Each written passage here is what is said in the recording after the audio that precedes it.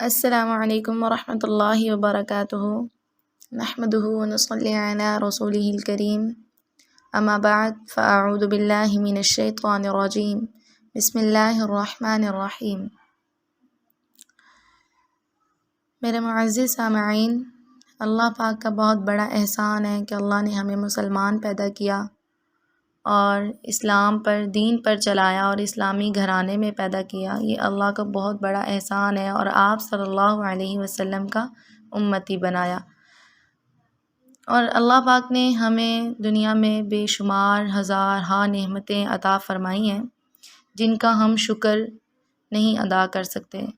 ہم جتنا بھی شکر ادا کرتے ہیں وہی کم ہے۔ جن میں سے جو ایک نعمت ہے وہ اللہ نے ہمیں عطا کیا بینائی، آنکھیں۔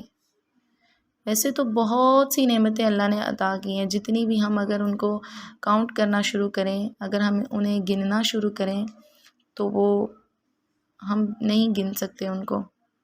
جتنی بھی گنی جائیں اتنی ہی کم ہے۔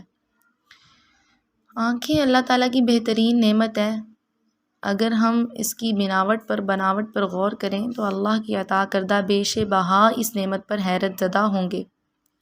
غور کریں، آنکھ میں ایک سوراخ ہوتا ہے جسے پیپل کہتے ہیں۔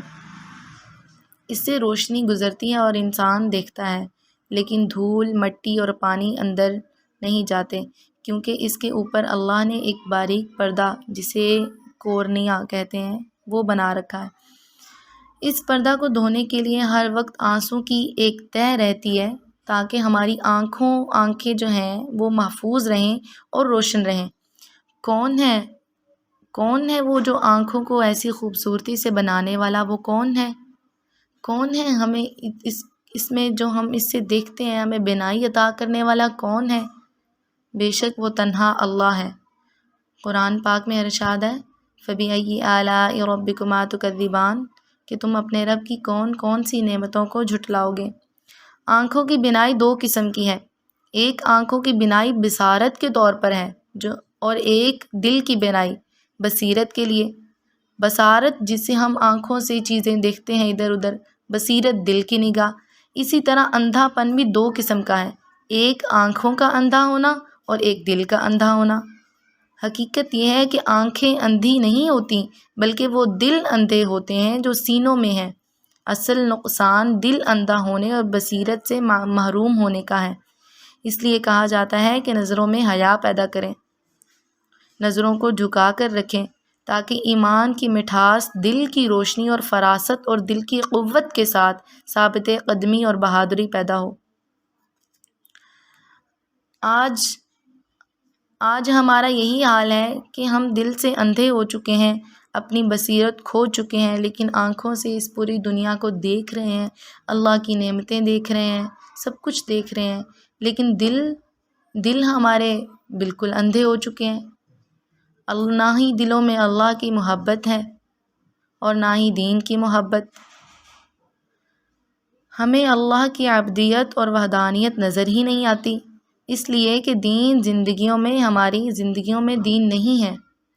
ہم اپنی زندگیوں سے دین کو نکال چکے ہیں، اسی لیے ہم آنکھوں کی جو بصارت ہے اس کو تو استعمال کر رہے ہیں، لیکن جو دل کی بصیرت ہے اس کو استعمال نہیں کر رہے ہیں۔ اللہ پاک سے التجا ہے کہ اللہ ہمارے دلوں کو اپنی عبدیت اور وحدانیت سے منور فرمائے۔ اے اللہ، ہمیں تیری عطا کردہ نعمتوں کو سمجھنے کی بصیرت عطا فرما، ہمیں دین کی صحیح سمجھ اور اپنی اصلاح کی توفیق کے مرحمت عطا فرما۔ یا اللہ، غفلتوں کے پردے ہٹا کر ہماری بصارت اور بصیرت کو ایمان افروز بنا، ہمارے گناہوں کو معاف فرما اور استغفار کی توفیق عطا فرما۔ آمین ثم آمین یا رب العالمین۔ وآخر دعوانا ان الحمد للہ رب العالمین۔